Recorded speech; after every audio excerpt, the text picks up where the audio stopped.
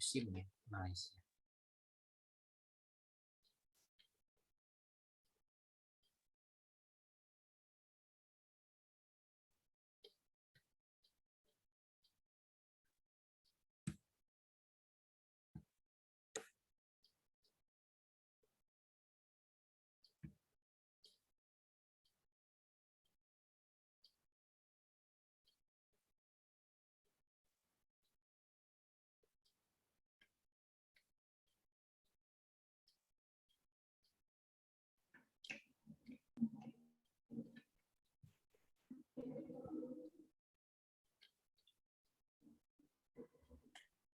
Yes. Cek. Ya. Assalamualaikum Ya. Ustaz Subhan. Waalaikumsalam Ustaz Pria. Maaf Ustaz ganggu waktu malam antum ini. Oke, santai. Suara saya aman ya? Aman banget Ustaz. Aman ya? Oke. Iya, aman banget. Ini izin saya record juga. Kebetulan nanti buat apa? Saya share juga ke Oh teman-teman iya. ya terkait diskusi tentang Oke. Ini Ustaz, ada salam dari Ustaz Fajar. Ustaz Fajar tangan. Oh ya. Halo Sul. Halo. Pansuli kita Mantap. Pansuli. Ya resiko ente. Guys. Ngapain semuanya? Astagfirullah. Backgroundnya dimatiin backgroundnya biar keren atau tadi oke Benar. lancar. Astagfirullah. Mukadimah. Non ya. Ini apa semua? Upload di YouTube loh nanti. Lagi itu. Wes. Habis. Ayo lau simpak kok. Siap. Ayo kusim eh. Hah? Tur ente Pak De. Yo. Ngapain nggak sekolah? Mau masih muda ya. Mas kok bilangnya? Luar biasa. Siap menyusul. Ayo ke sini aja kusim Sul. Iya ya. Aman. Dadah. Udah. Kita maafin dulu. Ya, lanjut. Lanjut. Isa dari tadi beliau berdua nanya kapan mulai katanya mau ngerempongin antum dulu. Oh, udah di sana atau satu habis itu. Kirain belum. Udah Ustaz, berangkatnya bareng sama Ustaz Fajar beberapa kira-kira 3 minggu lalu lah Ustaz, awal-awal Februari tanggal 4 sudah datang, tanggal 9 kita jemput di hotel karantina Ustaz. Oh ya. Ini juga kalau ini kan Zoom-nya yang basic juga. Kalau 2 orang kayaknya enggak Iya, atas 45 menit kok. Aman kok. Oh, alhamdulillah ya. Ustaz, ini yang record antum apa Ana Ustaz? Saya udah recording. Oh, nanti Ana boleh dikirim hasil recordnya Ustaz? Oh iya boleh. Oh iya Ustaz. Manut. Ini sepertinya udah kok. Udah langsung auto. Oh iya Ustaz, udah recording sama antum. Nanti Ana minta dikirim aja Ustaz buat laporan juga. Ya. Ini berarti ada Ana mulai Ustaz ya. Ada beberapa pihak yang diwawancara gitu ya. Betul Ustaz. Ini insya Allah antum adalah orang keempat dari pihak ekonomi, orang keempat. Karena kebetulan saya mewawancarai karena Bitcoin ini kan sesuatu yang baru, sesuatu yang baru, masih banyak sekali pandangan-pandangan berbeda meskipun dari ulama atau daripada pakar-pakar.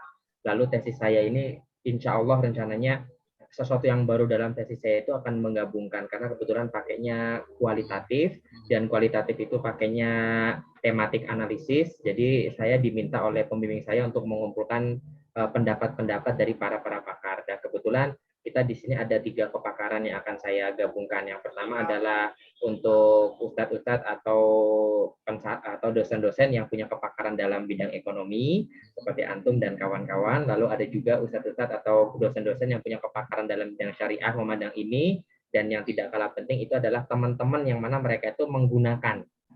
Oh ya. Jadi rencana kita pengen menggabungkan antara kesan atau pandangan di antara 3 kelompok orang-orang yang sudah punya pengalaman ini, Ustaz. Itu rencana yang baru seperti itu. Oh, siap. Mungkin Yes, bisa langsung dipandu aja. Oh ya. Assalamualaikum warahmatullahi wabarakatuh. Waalaikumsalam warahmatullahi wabarakatuh. Perkenalkan Ustaz, nama saya Subhan Mawati. Saya santri antum dulu semasa di Gontor. Alhamdulillah saya beberapa tahun berada di bawah kealumnian antum, khususnya saya tahun 2012. Saya mengenal antum, mendapatkan nama antum dari Ustadz Fajar Ramadhani yang barusan. Nah, lalu insya Allah Ustadz, alhamdulillah saya ingin meminta arahan, nasihat, petuah, dan juga khususnya pandangan antum, Ustadz Satria Utama, dalam permasalahan cryptocurrency Bitcoin. Nah, khususnya pandangan tentang sisi ekonomi. Saya sendiri adalah pelajar master Ustadz di University Saint Islam Malaysia. Alhamdulillah sudah semester 5 dan ini sedang masuk ke bab 4 yaitu bab pengumpulan data. Jadi seperti itu. Kalau antum izinkan saya ingin meng-share pertanyaan Ustadz agar antum lebih nyaman lagi untuk melihat sembari kita melakukan online ini Ustadz. Mungkin ini aja Oh, saya udah lihat kebetulan saya ada mungkin nanti ada slide beberapa item juga yang mau saya tampilkan. Monggo Ustaz. Nah, mungkin untuk guideline questionnya mungkin disampaikan gitu aja sih. Siap. Berarti ini bagaimana Ustaz? Saya menyampaikan dulu atau bagaimana Ustaz? Iya, by ininya aja, by terstruktur seperti ini. Takutnya kalau saya nggak by point nanti kepanjangan dan takutnya malah muter kemana-mana nanti. Oh, J. Biar sesuai Ya, dengan paham. tujuan dari wawancara. J, Ustaz. Izin saya bacakan ya Ustaz ya. Bismillahirrahmanirrahim. Soal pertama Ustaz, apakah pandangan antum Ustaz Satria tentang cryptocurrency atau mata uang kripto ini dalam segi atau pandangan ekonomi? Monggo Ustaz. Pandangan antum ini tuh apa sih Ustaz sebenarnya? Jadi pada dasarnya seperti ini. Dalam berekonomi semua instrumen lah, dan salah satunya dalam ekonomi itu ada instrumen yang paling penting dalam ekonomi adalah alat tukarnya, uangnya. Dan itu kalau kita rujuk, kita lihat sejarah, semuanya terus berevolusi. Uang ini semakin berkembang ekonomi, maka uangnya juga akan semakin berevolusi. Contohnya mungkin dari zaman barter. Kenapa barter kemudian beralih ke commodity money ya, jadi uang yang berbasis komoditas seperti mungkin sebagai medium alat tukarnya digantikan dengan satu barang yang itu diterima oleh masyarakat yang bertransaksi. Misalkan dulu pernah ada yang namanya penggunaan tembakau gitu salah satunya. Nah itu kan sebagai bentuk kebutuhan instrumen dalam perekonomian. Kemudian karena era komoditas money itu juga akhirnya tidak bertahan dan berevolusi lagi. Kenapa? Karena tidak semua komoditas itu disukai oleh atau diterima oleh semua komunitas, gitu. Sehingga berkembanglah, sehingga muncullah mungkin yang agak lama ini rezim mata uang yang agak lama, yaitu mata uang berbasis logam mulia atau istilah ekonomi itu full bodied money. Jadi kalau dalam Islam mungkin dan masa-masa sebelum Islam juga sudah mulai digunakan. Kalau dalam Islam mungkin kita kenal dengan mata uang dinar dan dirham, di mana dinar dan dirham ini sebagai benda juga berupa emas atau perak. Mereka memiliki peran sebagai benda, tapi di lain sisi juga ketika dicetak menjadi satu koin dan disahkan oleh otoritasnya, maka itu menjadi alat tukar yang sah yang disepakati ketika itu. Nah kemudian kalau kita lihat histori cukup agak lama rezim mata uang full bodied money ini bertahan sampai pada tahap adanya transisi. Jadi karena ekonomi semakin kencang, kemudian dianggap membawa emas, atau kalau kita lihat mungkin film-film kisah-kisah masa lalu itu kan para saudagar tuh harus membawa kantong emas yang cukup banyak gitu kan untuk membayar gitu. Itu dianggap tidak banyak problem di sana, mulai dari efektivitasnya, kemudian mulai dari security-nya, sehingga akhirnya muncullah ada surat berharga yang dikeluarkan oleh lembaga yang dititipi uang emas tadi gitu. Jadi yang dibawa oleh dalam perdagangan itu bukan emasnya, tapi sebatas semacam surat yang mewakili emas tersebut. Dan karena suratnya semakin diterima, maka pada akhirnya itu diadopsi yang menjadi sistem mata uang.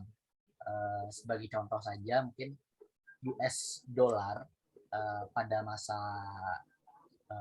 masa-masa sampai sebelum Perang Dunia, sampai setelah Perang Dunia Kedua, itu masih menggunakan sistem ini. Jadi setiap US dollar yang diterbitkan itu ada emas yang disimpan di dalam bank sentralnya. Nah, tapi balik lagi dengan fenomena evolusi yang sama sebelumnya, ternyata emasnya itu sendiri itu dianggap kan ekonomi semakin kencang berlarinya. Terjadi revolusi industri, dan kita tahu ada revolusi ditemukannya mesin uap ketika itu ya. Ditemukan mesin uap, sehingga dibutuhkan uang lebih banyak dalam perekonomian untuk bertransaksi. So yang terjadi berikutnya adalah dengan uang yang dibutuhkan lebih banyak, maka dibutuhkan emas lebih banyak lagi. Nah, pada akhirnya lambat laun emas ini ditinggalkan dan sebagai instrumen mata uang, dan mata uang yang kita gunakan sekarang itu hanya sebatas kertas atau koin yang tadi dicetak, disahkan oleh negara atau oleh otoritas keuangan tanpa perlu ada backupnya. Atau itu sering kita dengar dengan istilah fiat money ya. Jadi uang kertas yang kita pegang itu istilahnya adalah fiat money. Dan fiat money ini otoritas penerbitnya adalah bank sentral, central bank, satu pihak otoritasnya. Nah, ini juga nanti yang jadi cikal bakal kenapa muncul yang namanya sistem cryptocurrency. Jadi sebagaimana kita ketahui, fenomenanya nanti ketika ekonomi semakin berkembang, maka otomatis nanti uangnya akan juga berkembang. Dan itu kita lihat dengan revolusi, bahkan sebelum revolusi 4.0, transaksi kita itu sudah mulai menuju digitalisasi sebenarnya. Jadi kita sudah mulai menggunakan kartu kredit, kita sudah mulai menggunakan kartu debit, atau bahkan sekarang kita sudah mulai menggunakan electronic money seperti dompet-dompet digital, yang mana uang yang digunakan itu masih uang yang sama, masih uang fiat money. Dan otoritas penerbitnya itu masih berada di bank sentral. Nah, yang jadi menarik adalah dengan ditemukannya teknologi blockchain. Jadi mungkin nanti bisa kita ilustrasikan. Blockchain itu adalah sebagai, jadi kalau bahasa sederhananya, record transaksi, record apapun yang terjadi oleh para usernya itu tidak sebatas tersimpan di satu pihak atau tersentral, tapi menyebar banyak ke dalam blok-blok yang itu saling terkait gitu.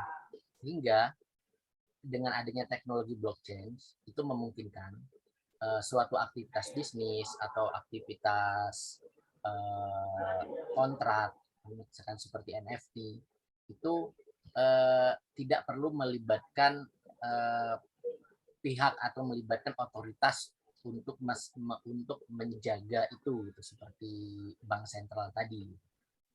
Nah, ini akhirnya adanya blockchain, kemudian adanya digitalisasi, maka muncullah istilah, oh bisa nih kita gunakan digitalisasi ini, kita bisa gunakan blockchain ini sebagai instrumen penerbitan mata uang digital, sehingga namanya sering kita sebut dengan kripto. Kripto itu kan istilah komputerisasi ya, tercoding seperti itu dalam blockchain. Currency-nya itu adalah mata uangnya. Nah, cuman yang jadi perdebatan kalau back to ininya tadi, balik ke pertanyaannya adalah, jadi perdebatannya sebenarnya kalau fenomenanya itu pasti terjadi, fenomena evolusi mata uang.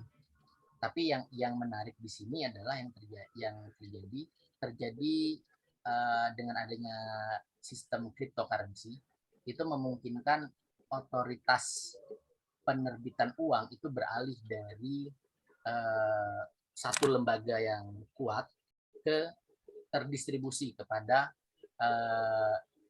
diambil alih oleh masyarakat gitu. Jadi sebenarnya kalau sekarang kan fiat money itu kan uang itu ya dianggap sah ketika disahkan oleh bank sentralnya gitu. Nah, dengan rezim cryptocurrency dengan teknologi blockchain-nya itu uang dan semua transaksinya itu divalidasi ya, atau istilahnya jadi divalidasi atau disahkan oleh society, jadi menggunakan teknologi blockchain tadi. Nah, sehingga kalau ditanya apa tadi terkait ini ya, pandangan dalam dari segi ekonominya, jadi itu dua poin segi ekonomi, betul. Adanya perkembangan ekonomi dengan digitalisasi, dan kita juga sudah hidup dengan gaya digitalisasi, maka sangat memungkinkan adanya kebutuhan akan itu, akan sistem keuangan yang berbeda. Kemudian ada teknologi blockchain tadi gitu, yang mencoba yang akhirnya mengalihkan dari tersentral menjadi terdistribusi kepada society untuk otoritas pengesahannya. Nah, tapi yang menarik ternyata isu digitalisasi ini sebenarnya nggak hanya selesai di blockchain, nggak hanya selesai di kripto.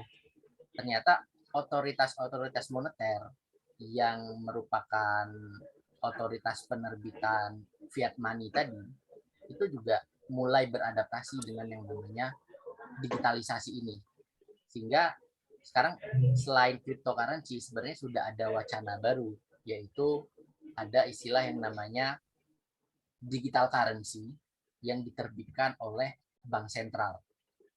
Jadi bank sentral yang dulunya menerbitkan dalam bentuk fiat money yang berbentuk uang kartal, uang yang dicetak dalam kertas atau dalam koin-koin, maka nanti memungkinkan untuk bank sentral itu menerbitkan gaya-gayanya hampir sama seperti kripto.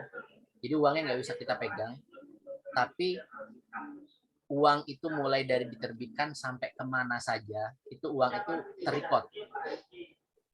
Kalau sekarang kan fiat money ini kan kita uang 100.000 yang sekarang kita pegang, kita kan nggak tahu itu uang sebelumnya dipegang oleh siapa. Dengan digitalisasi ini memungkinkan itu semua terjadi, sehingga bank sentral merespon dengan mencoba, sudah banyak yang mengkaji. Jadi contohnya seperti di Cina itu merespon adanya kripto adalah dengan mereka membuat sistem keuangan digital sendiri yang itu tetap dalam kendali negara, bukan dalam kendali society tadi. Dan di Indonesia pun ya memang sudah mulai muncul kajian seperti itu di bank sentral untuk mengkaji, namanya istilah lainnya adalah CBDC. Jadi Central Bank Digital Currency. Central Bank Digital Currency. Jadi mata uang digital. Jadi mata uang yang sama-sama mata uang digital seperti kripto, but otoritas penerbitnya tetap bank sentral. Kalau di kripto kan validasi pengesahannya oleh blockchain seperti itu. Sehingga nanti mungkin kalau ini kan karena belum diterapkan ya, kalau yang CBDC ini mungkin nanti apakah itu akan menggunakan blockchain juga atau tidak menggunakan blok gitu, tapi hanya just centralized, terpusat oleh bank sentral atau menggunakan blockchain yang sifatnya terbatas, yang itu tetap dalam lingkup kendali dari bank sentral tadi. Sehingga itu sih sebenarnya kalau dari sudut pandang ekonomi, sebenarnya pasti akan terjadi proses evolusi yang namanya sistem keuangan itu pasti akan ini ya akan bergerak mengikuti ekonominya. Dan wajar sekali kalau akan ada seperti itu karena ekonomi kita saja sudah terdigitalisasi. Pasti mata uangnya lambat laun akan juga menuju digitalisasi. Cuman yang jadi big question-nya adalah mana yang akan menjadi pilihan, apakah sistem kripto dengan blockchain tadi atau alternatif yang coba ditawarkan dalam rangka beradaptasi oleh bank sentral tadi dengan mata uang digital yang itu tetap diterbitkan oleh bank sentral. Nah, kalau dalam pandangan saya, karena kaitannya dengan nanti ada, kita kan bernegara ya, bernegara nanti kan salah satu ciri uang itu adalah dia harus diterima oleh masyarakat, tapi nggak hanya sebatas diterima. Iya, betul. Bukti diterimanya adalah itu disahkan oleh kumpulan masyarakatnya. Kumpulan masyarakatnya itu kan yang paling tinggi itu kan negara. Maka harus diregulasi oleh negara. Nah, selama negara tidak meregulasi penggunaan kripto sebagai mata uang, maka automatically tidak akan not work gitu, tidak akan bekerja sistemnya gitu di dalam negara tersebut, sehingga nanti mungkin akan lebih cenderung ke digital currency yang diterbitkan bank sentral tadi sebenarnya yang akan berkembang. Kalau dalam konteks kita ada batasan-batasan negara atau zona yang berlaku, tapi ketika dalam konteks dunia maya, transaksinya, jual belinya, misalkan seperti di metaverse, that's kan tidak ada batasan negara, tidak ada tunduk akan hukum suatu negara tertentu gitu. Yaitu maka tetap bisa jadi mata uang di sana karena selama disepakati oleh kumpulan masyarakat maka itu jadilah mata uang. Ya tidak perlu ada pengesahan oleh suatu lembaga negara. Jadi gitu sih dinamika. Oh gitu. Jadi tergantung kita menyikapinya dari yang mana. Oh iya. Saya sedikit mengambil kata-kata Antum. Tadi kan Antum bilang bahwasanya sebuah mata uang ini harus ada validasi daripada negara. Kalau misalkan yang si kripto ini kan dia disahkan oleh kumpulan orang, boleh. Tapi kumpulan orangnya adalah society. Nah, berangkat dari perkataan Antum yang seperti itu, maka kalau saya lihat bahwasanya ini ada hubungannya sama soal kedua. Nah, karena dia tidak ada keputusan resmi daripada kumpulan negara yang paling tinggi adalah pemerintah, maka yang kita temukan sekarang si kripto ini tidak ada peraturan dari pemerintah, nggak ada peraturan pemerintah, nggak ada undang-undangnya, bahkan nggak ada lembaga untuk mengawasi dia pun nggak ada. Lalu gimana sih pandangan Antum dengan keadaan seperti ini? Keadaan di mana kripto ini tidak ada lembaga resmi, tidak ada lagi peraturan khusus dari pemerintah. Menurut gimana, Seth? Apakah sudah tepat atau memang tidak tepat pemerintah memang seperti ini kan si kripto ini, Seth? Kripto atau produk-produk dari cryptocurrency ya, seperti contohnya misalkan Bitcoin atau Ethereum seperti itu, di mayoritas negara mereka memandang itu ya sama ya, seperti sebagai store value, sebagai penyimpan nilai, seperti sama halnya dengan emas gitu. Misalkan ini tes seperti kita menyikapi misalkan ada yang menerbitkan, ada yang mencetak mata uang, mencetak emas dalam bentuk dinar seperti itu. Maka boleh nggak dibeli di negara di Indonesia? Boleh dibeli dinar itu dalam bentuk sebagai aset, tapi tidak diperbolehkan digunakan sebagai alat transaksi. Dan itu yang terjadi di Indonesia sekarang, kripto sebagai aset, sehingga istilahnya yang sering digunakan adalah aset kripto. Itu boleh diperjualbelikan di Indonesia dan sudah diregulasi di bawah Bapepti, bahkan di TV-TV juga sudah ada iklannya. Kita boleh beli aset secara regulasi negara, boleh beli aset kripto. Bahkan kemarin mungkin ada artis yang mencoba menerbitkan token ya, token berbasis cryptocurrency seperti Anang Hermansyah mencoba menerbitkan itu. Bahkan yang terbaru itu ada iCoin dari putrinya Ustadz Yusuf Mansur mencoba menerbitkan itu. Tapi itu just sebagai yang sudah lebih bisa diterima sebagai aset yang bisa kita beli, seperti kita halnya beli emas. Jadi sekarang kita beli harganya berapa, kemudian nanti suatu saat kalau naik kita jual, maka kita akan dapatkan keuntungan seperti itu. Nah, tapi ketika dalam bentuk currency, difungsikan sebagai currency, nah itu akan ketemu dengan yang namanya kedaulatan penggunaan mata uang. Gitu. Di sesama fiat money saja itu kan tidak bisa. Misalkan contohnya di Indonesia, peraturan kita menyebutkan, undang-undang kita menyebutkan dalam konteks kedaulatan mata uang kita, transaksi di Indonesia itu ya harus menggunakan rupiah. Betul. Apapun ada mata uang yang lain pun, misalkan seperti US dollar pun tidak dianggap sebagai melanggar hukum ketika itu dilakukan. Atau contoh lain misalkan seperti di Eropa ya. Kalau di Eropa kan masing-masing negara itu kan sebenarnya punya mata uang. Tapi ketika mereka bersepakat di zona tersebut menggunakan euro dalam transaksinya dan itu diregulasi, ya itu menjadi tidak menjadi masalah gitu. Hingga dinamikanya sekarang cryptocurrency itu di banyak negara itu lebih diterima sebagai aset yang bisa diperjualbelikan, sama halnya seperti kita menyikapi kita berinvestasi dalam emas gitu. Tapi itu tidak disikapi dalam bentuk sebagai currency. Ini dalam konteks negara ya. Dalam konteks negara kan jangankan kripto gitu. Banyak instrumen-instrumen di pasar uang, di pasar modal yang instrumen-instrumen derivatif itu kan boleh dalam konteks keuangan di dalam pandangan negara. Tapi kalau kita berbicara pandangan mungkin syariah compliant dari sisi syariah atau dari sisi Islam, dan mungkin nanti akan ada akan ada sedikit perbedaan gitu, karena ada aspek-aspek lain yang juga tetap harus diperhatikan. Itu sih kalau terkait pandangan akan kripto.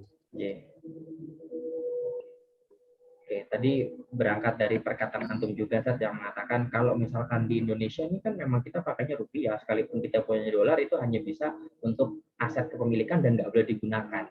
Berarti kalau misalkan Sat, mohon maaf Sat, kalau misalkan kripto ini digunakan, pastinya akan ada isu Sat, akan ada isu seperti resiko, ada isu resiko kayak resiko tidak diterima, kayak misalkan ada si fulan punya kripto, ternyata dia beli barang ke sayanya nggak punya kripto, terus dia mau pakai, otomatis dia punya isi resikonya mungkin nggak terpakai dan nggak bisa saya terima karena saya nggak pakai gitu saja.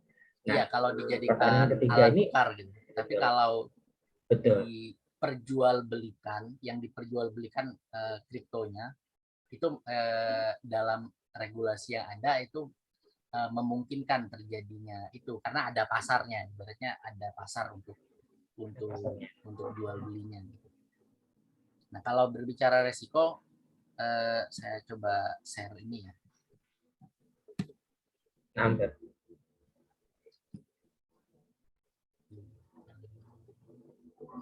Apakah muncul? Belum, sudah Sat. Sudah ya. Tadi belum, sekarang sudah. Iya, tadi belum, sekarang sudah. Nah, di sini ini yang menjadi kajian ya terkait resiko dari kenapa saya paham kenapa kok fatwa-fatwa itu akhirnya menyimpulkan event sebagai aset apalagi sebagai currency ini tidak cenderung tidak dibolehkan atau ya tidak diizinkan. Betul. Karena di sini karena dari sisi fluktuasi fluktuasi nilainya gitu. Itu yang yang menjadi apa menjadi fokusnya, karena kalau kita lihat fluktuasi harga dari cryptocurrency itu sendiri sangat fluktuatif, sehingga sangat secara pendekatan mungkin risk and return ini risknya sangat tinggi resiko yang mungkin terjadi. Nah, tapi sebenarnya pertama memang karena masyarakat memang yang mungkin berinvestasi atau membeli kripto itu juga perilaku investasinya juga memang ya namanya ini barang apa ibaratnya hal baru gitu ya. Nah, karena ini hal baru maka kadang tidak menggunakan analisa yang fundamental gitu, tapi lebih ke menggunakan pendekatan yang jangka pendek gitu. Sehingga wajar sekali kalau kita lihat misalkan dulu pernah Elon Musk membeli aset kripto. Kemudian orang-orang melihat itu gitu. Sehingga yang muncul adalah ekspektasi akan masa depan. Ekspektasinya apa? Akan ada harapan, oh Elon Musk saja menerima nih kripto gitu.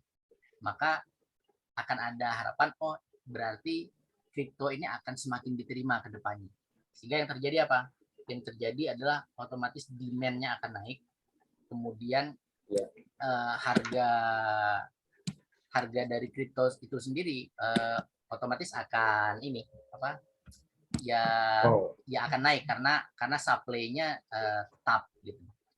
Karena kripto ini sendiri kan nanti akan ada dibatasi ya, nanti miningnya itu sampai pada jumlah tertentu gitu. Sehingga ini cenderung suatu supply yang tetap. Kalau kita lihat di sini ya, di kurva ini, gambar yang merah ini kan kurva yang berwarna merah ini kan menunjukkan bahwasanya supply-nya itu tetap.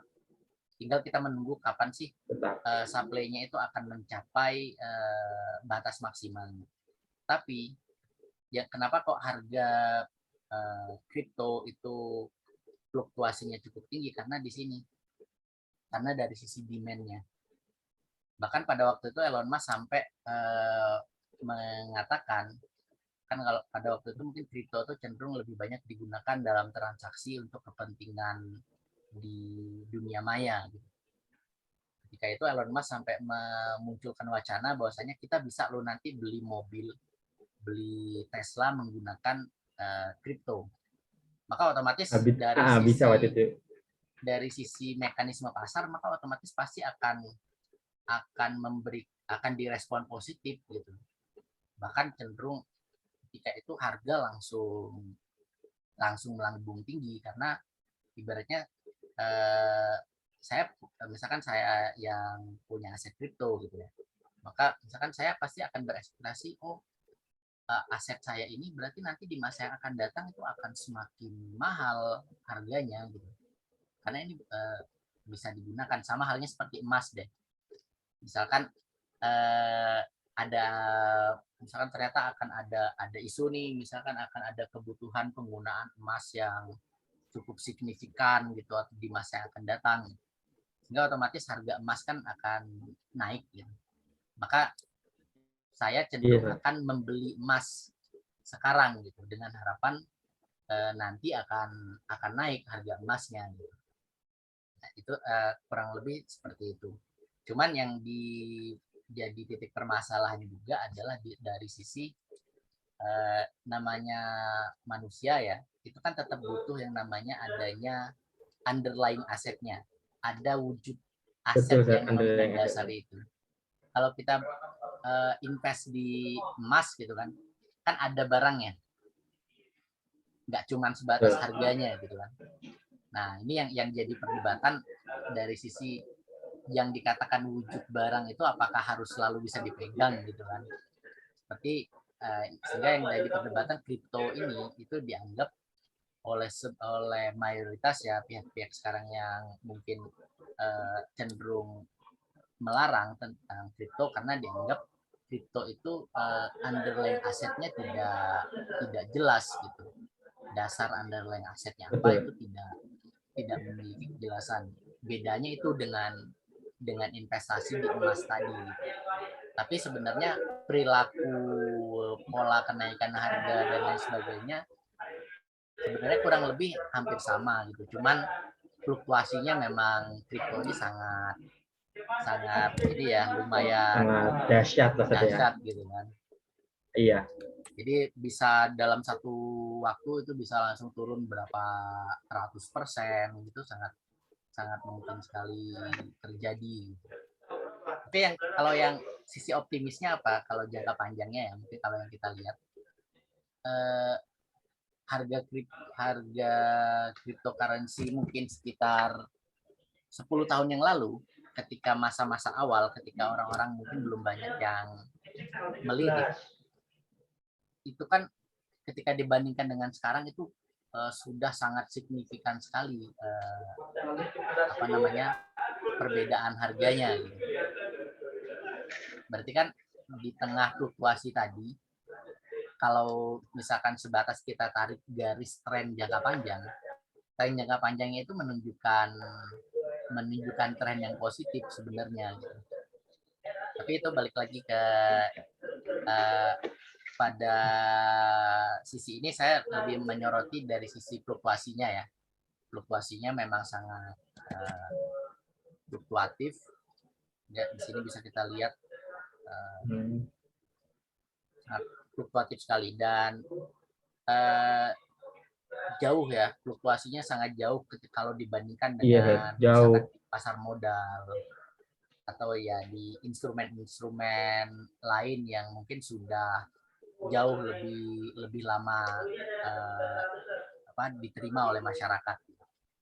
Karena memang ekspektasi penentuan harganya memang masih berdasarkan harapan akan masa yang akan datang gitu. Misalnya contohnya ini yang Rusia mau menggempur Ukraina gitu kan. Ukraina. Itu juga berpengaruh terhadap, selain ke harga emas, juga berpengaruh ke harga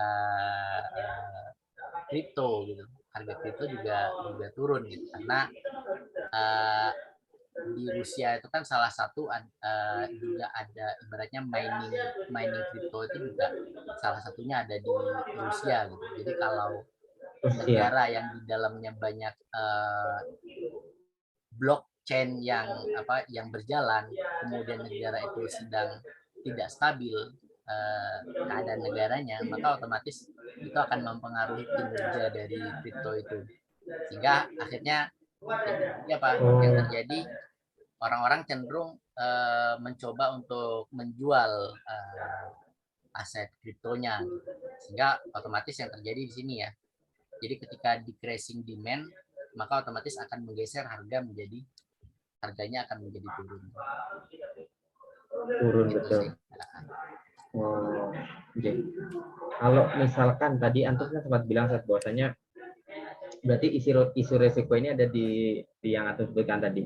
Tapi anak coba mengutip bahwasanya tadi antum mengatakan si kripto ini sama sekali tidak punya underlying aset, dia sama sekali tidak ada pengawalan daripada negara. Nah, berarti bisa kita bilang bahwa si kripto ini di luar daripada ekonomi suatu negara saja, karena dia nggak diurusin oleh negara nih, Sat. Berarti dia di luar negara saja, sekarang masih di luar. Tapi ada kalau misal ada perusahaan atau ada jelas entitas yang menerbitkannya, jelas gitu. Kecuali yang Bitcoin ya. Kalau Bitcoin kan entitas penerbitnya benar-benar di luar, anonim atau anonim.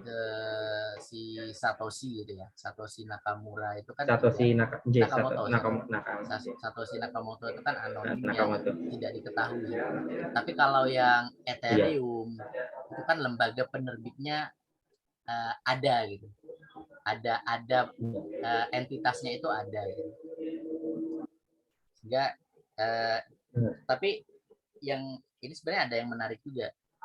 Beberapa kripto yang lain itu kalau lihat di sini tadi ya, kalau nggak salah ini ya yang ada USD Coin atau Binance. yang USD, Binance, atau Binance Coin. USD. Itu ada beberapa yang cryptocurrency ini membasiskan harganya kepada nilai mata uang fiat money. Misalkan membasiskan harganya kepada US dollar. US dollar. Nah, itu mungkin yang agak jarang disinggung ya oleh ketika dikaji. Tapi mungkin karena memang pangsa pasarnya mungkin masih sangat kecil ya dibanding Bitcoin dan Ethereum. Dibandingkan Bit masih, iya. Bahkan ada juga yang membasiskan penerbitan kriptonya sama seperti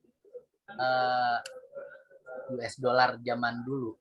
Jadi misalkan ketika pengen menerbitkan 1 unit kripto, maka itu dikaitkan dengan 1 unit emas seperti itu. Itu juga sebenarnya ada gitu. Kalau isu yang pengen dikaji adalah terkait ini harus ada underlying asetnya. Sebenarnya sudah ada yang mencoba untuk mulai melakukan itu, tapi memang masih sangat pangsa pasarnya mungkin market cap-nya mungkin masih sangat kecil sekali gitu dibanding market cap besarnya memang ya tidak dibasiskan dengan standar tertentu atau dengan komoditas tertentu. Kalau tadi Anton sempat menyebutkan bahwasanya Bitcoin ini memang si Satoshi Nakamoto ini memang dia adalah seorang anonim.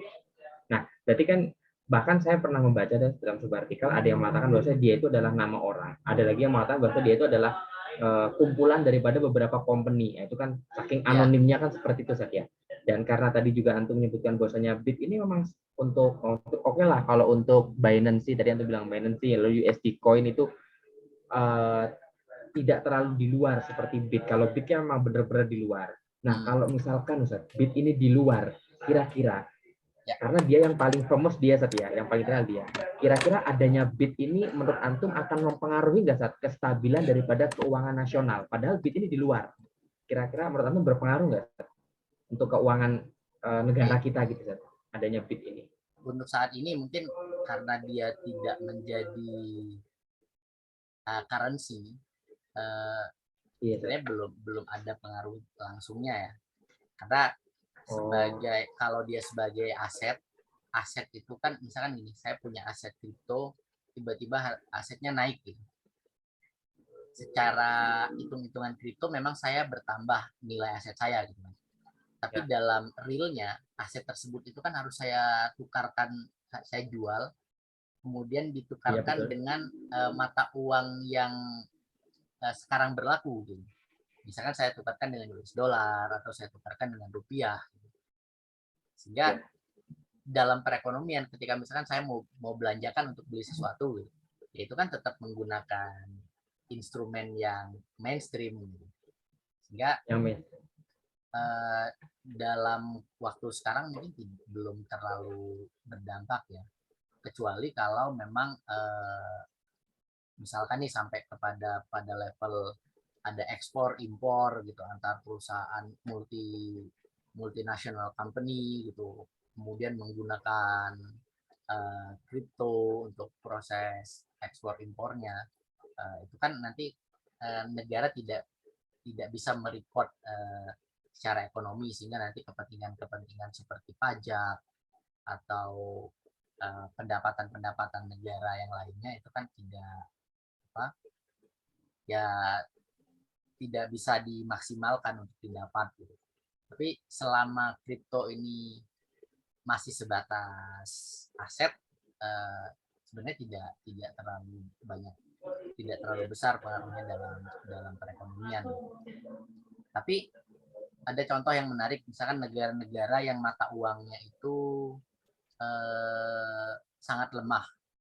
Misalkan seperti ada banyak negara-negara kecil ya, yang mata uang itu sangat lemah terhadap US dollar, sehingga akhirnya mereka memutuskan kita menerima penggunaan cryptocurrency, sehingga akhirnya mereka punya bargaining position atas US dollar gitu. Kalau dianggap kalau yang ditanyakan adalah pengaruhnya terhadap perekonomian suatu negara secara langsung.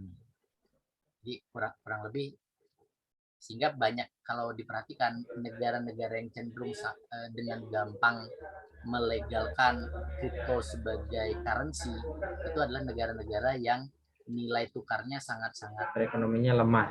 sekali, dan hampir ibaratnya kalau seperti rupiah gitu kan masih ada nilai tukarnya, masih cukup diperhitungkan. Misalnya negara-negara kecil seperti banyaklah negara-negara kepulauan gitu kan, itu kan banyak mata uangnya yang ibaratnya di negara itu saja sudah menggunakan mata uang negara lain, sehingga akhirnya mereka mencoba untuk mengadopsi cryptocurrency dengan harapan mereka bisa nyalip langsung gitu ya, bisa nyalip dengan kenaikan cryptocurrency. Tapi kalau menurut antum itu enggak karena dia Bit ini masih di luar, maka sampai saat ini dia tidak akan ada yang mempengaruhi kestabilan kita saja. Kurang lebih kestabilan ekonomi kita. Belum ada dampak besarnya ya sebenarnya. Belum ada dampak. Khususnya di Indonesia ya, yang masih sangat strict dengan itu. Kalau di China juga cenderung strict, tapi mereka mengembangkan digital currency-nya sendiri. Kalau di Amerika cenderung agak membebaskan gitu, tapi ya tetap tidak bisa apa ya, karena proporsinya mungkin masih tetap jauh lebih kecil ya dibanding dengan proporsi penggunaan mata uang apa yang mainstream fiat money tadi. Ya secara currency belum terlalu apa istilahnya ya, belum terlalu ada dampak negatif ya kalau mungkin yang cenderung kita sering permasalahkan. Yeah. Kalau misalkan tadi kita sempat membahas bahwasanya ada beberapa orang nih yang mana beberapa orang mungkin peneliti atau beliau adalah pembelajar seperti kita yang mengatakan bahwasanya oh Bitcoin ini nggak boleh, oh Bitcoin ini tidak sesuai, oh Bitcoin ini kurang cocok digunakan di negara kita. Nah salah satu di antaranya kan yang Anton sebutkan tadi bahwasanya ini tidak dibuat oleh negara, lalu ini tidak ada penjamin oleh negara, dan ini sesuatu yang baru dan sebagainya. Lalu ada juga di antara beberapa guru-guru atau beberapa pakar-pakar itu yang mengatakan bahwasanya salah satu item atau salah satu isu yang menyebabkan Bit ini tidak boleh karena Bit ini berpotensi untuk menjadi media kejahatan, Zat. Karena mungkin bisa untuk pencucian uang karena dia kan nggak tertulis, Zat. Bisa buat money laundry, bisa buat pendanaan terorisme, bisa buat kejahatan cyber. Lalu kalau menurut Antum sendiri, Zat, bisa nggak sih Zat, si Bit ini menjadi arena-arena kejahatan karena dia tidak tertulis? Sebenarnya mekanisme blockchain itu kan membuat semua proses transaksi yang ada itu tercatat dan tidak bisa ibaratnya dipalsukan gitu, karena terdistribusi ke dalam blok seperti itu. Nah sehingga mungkin yang pertama mungkin yang dia khawatirkan itu adalah ketika pelakunya itu yang mungkin tidak jelas siapa gitu ya yang bertransaksi gitu. Iya, Sir. Sehingga cenderung ada asumsi memungkinkan itu terjadi yang namanya kejahatan tersebut dan lain sebagainya. Iya, Sir. Tapi di lain sisi itu satu sisi sebenarnya. Tapi di lain sisi dengan blockchain tadi dan juga ada instrumennya adalah ada smart contract ya. Jadi semua proses transaksi dari A sampai Z, dari awal sampai kapanpun uang itu berputar, ditransaksikan, itu semuanya terrecord dalam sistem blockchain. Nah, sehingga itu sisi yang lain gitu. Sisi yang lain membuat lebih transparan secara sistem pencatatan sebenarnya. Tapi mungkin dari sisi pelakunya mungkin sometimes bisa cenderung mungkin bisa dilakukan secara anonim gitu. Tapi dari sisi transparansi itu menjadi satu keunggulan yang sebenarnya kita butuhkan juga dalam sistem keuangan modern. Sehingga yang menarik itu sebenarnya kenapa central bank digital currency itu menjadi satu isu yang memberi harapan. Karena misalkan mata uang digitalnya diterbitkan oleh central bank, oleh bank sentral, maka otomatis penggunanya itu kan jelas tuh dompetnya. Dompetnya itu punya siapa itu kan pertama harus jelas. Kemudian semua transaksinya dengan teknologi digital currency tadi itu dari awal sampai akhir semuanya terrecord automatically by system gitu. Bahkan ada harapan seperti ini. Jadi bahkan ada gambaran kalau ini terjadi ke depan itu kayak pajak gitu ya, petugas pajak gitu. Itu ngitung pajak itu nggak perlu nunggu laporan kita gitu. Dia cukup dengan record dari semua transaksi uang yang masuk ke dompet kita, kemudian uang itu kita gunakan untuk apa aja, by system itu akan langsung terhitung harusnya pajaknya ada berapa dibayarkan, sudah dibayarkan atau belum. Semuanya akan terrecord secara otomatis, dan instrumen terkait money laundry itu akan cenderung bisa terminimalisir gitu. Makanya ada inovasi, ada wacana yang central bank tadi. Contoh yang paling sederhana biasanya diilustrasikan seperti ini. Kalau ada proyek pembangunan suatu infrastruktur gitu. Kan untuk saat ini kan kita nggak bisa mengeliminasi misalkan ada penyelewengan, ada markup, ada ya sedikit-sedikit dipotong kemana-kemana gitu kan. Nah dengan digital currency itu uang dari negara diserahkan ke bank gitu, atau dari negara diserahkan ke pemenang tendernya, sampai uang itu digunakan untuk apa per itemnya, itu semuanya akan terrecord by system gitu. Sehingga di lain sisi kalau teknologi digital currency ini digunakan dengan baik, sebenarnya itu akan menjadi hal yang sangat positif sekali bagi sistem keuangan kita.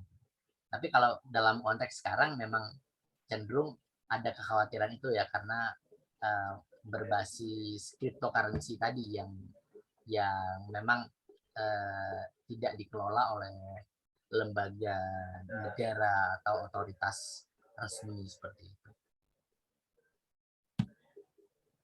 Oh, seperti itu saja.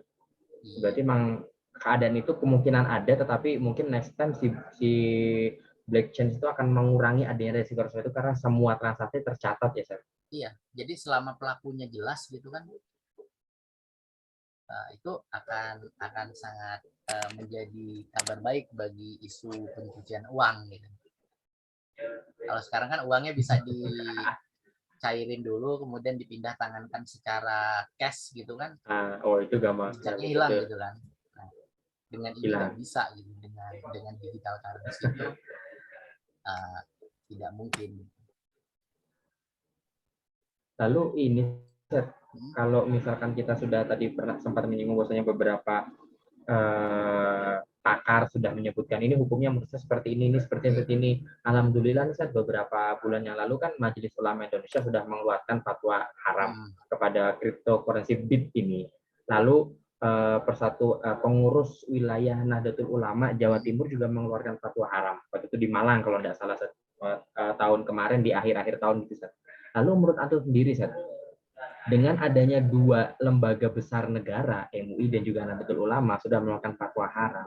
Menurut Antum bagaimana, Ustaz? Apakah fatwa ini untuk saat ini sudah alhamdulillah sesuai dengan yang masyarakat butuhkan, atau mungkin Antum kira kayaknya ini terlalu cepat deh ini fatwanya, harusnya kan diteliti dulu. Menurut Antum bagaimana, Ustaz, tentang dua fatwa ini?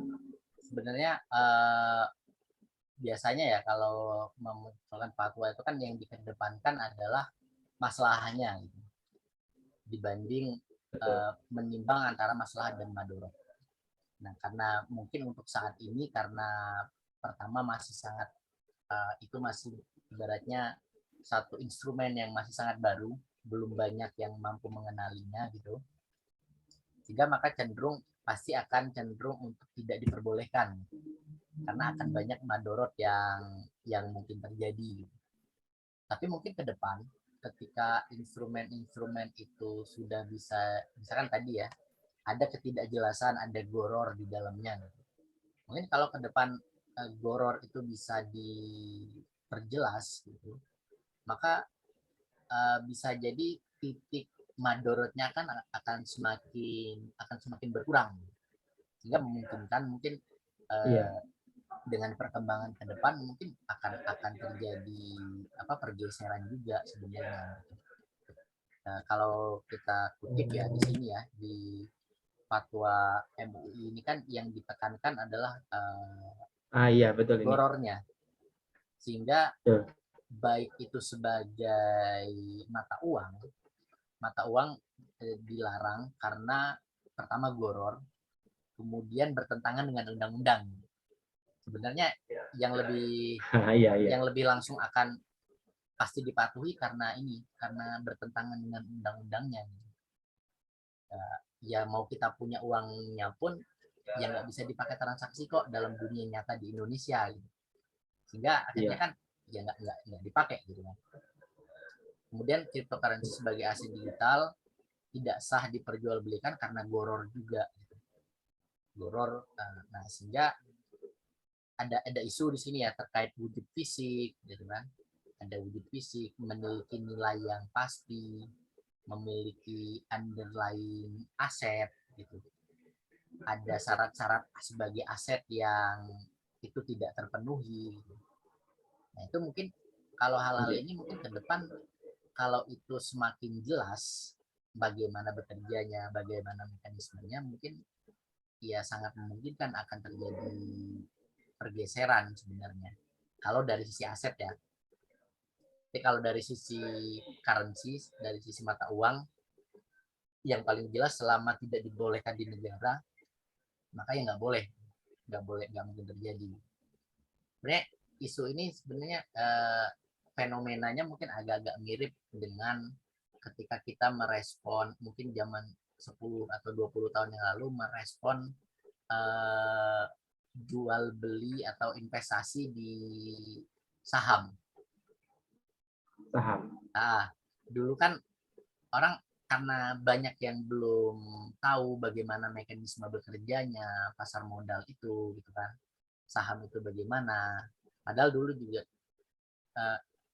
sehingga cenderung akan menganggap di saham itu kalau kita jual beli saham itu cenderung judi, cenderung goror gitu kan, persepsi di masyarakat gitu. Tapi kan makin kesini kan ternyata makin jelas, mekanisme kerjanya seperti ini, sehingga menjadi lebih gampang diterima di masyarakat gitu. Bahkan juga sudah ada saham syariahnya, ada screening mana saham yang sesuai syariah mana yang tidak gitu.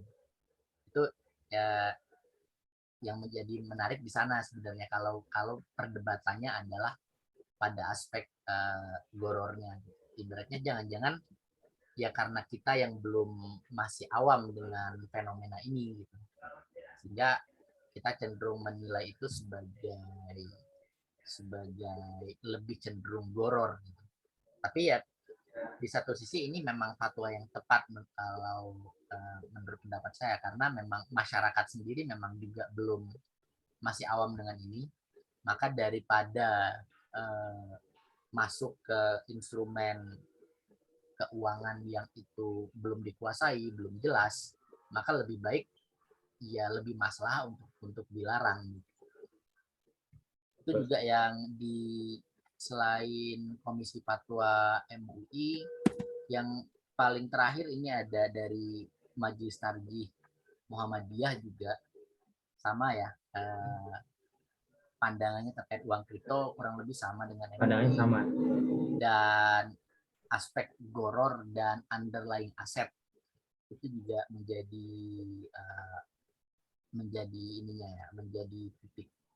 titik pengambilan hukumnya, dan juga nilai fluktuatifnya ya tadi ya, yang dari sisi resiko yang sangat beresiko sangat tinggi, dan ibaratnya naik turunnya itu dipengaruhi oleh hal-hal yang kadang cenderung bukan karena faktor-faktor fundamental gitu, tapi karena faktor-faktor ada si ini beli kripto atau mungkin ada harapan apa gitu, sehingga fluktuasinya tidak terukur gitu. Fluktuasi itu kan fluktuasi harga itu kan di dalam baik itu barang maupun jasa sebenarnya ya wajar-wajar aja gitu sebenarnya terjadi naik turun gitu. Tapi naik turunnya memang naik turun yang wajar dan jelas gitu kenapanya gitu. Tapi kalau fluktuatifnya itu masih sangat tidak jelas, saya rasa memang jauh lebih aman untuk sementara mungkin untuk dihindari.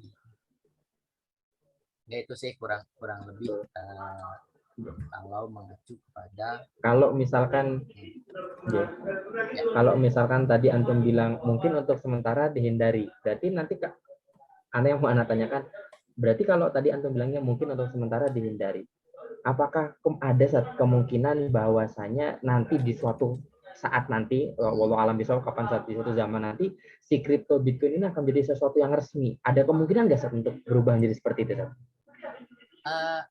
Yang paling mungkin yaitu tadi ya, kalau dari sisi sebagai aset sangat mungkin punya kemungkinan itu gitu.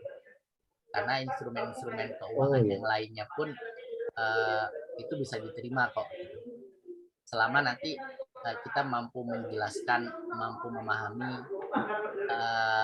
ini beneran goror atau tidak, ini benar ada underlying asetnya atau tidak. Karena kalau zaman dulu kan isu saham itu jadi jual belinya harus megang kertas sahamnya gitu. Tapi kan akhirnya kan jual belinya itu kan sahnya atau tidaknya kan tidak harus dengan menukar kertas lembar sahamnya gitu. Cukup dengan sistem pencatatan akhirnya tidak seperti itu di lembaga kustodiannya, sehingga itu menjadi transaksi jual beli kepemilikan saham yang sah gitu. Sehingga akhirnya kan secara syariah itu mayoritas ulama akhirnya membolehkan gitu, tidak melarang itu gitu.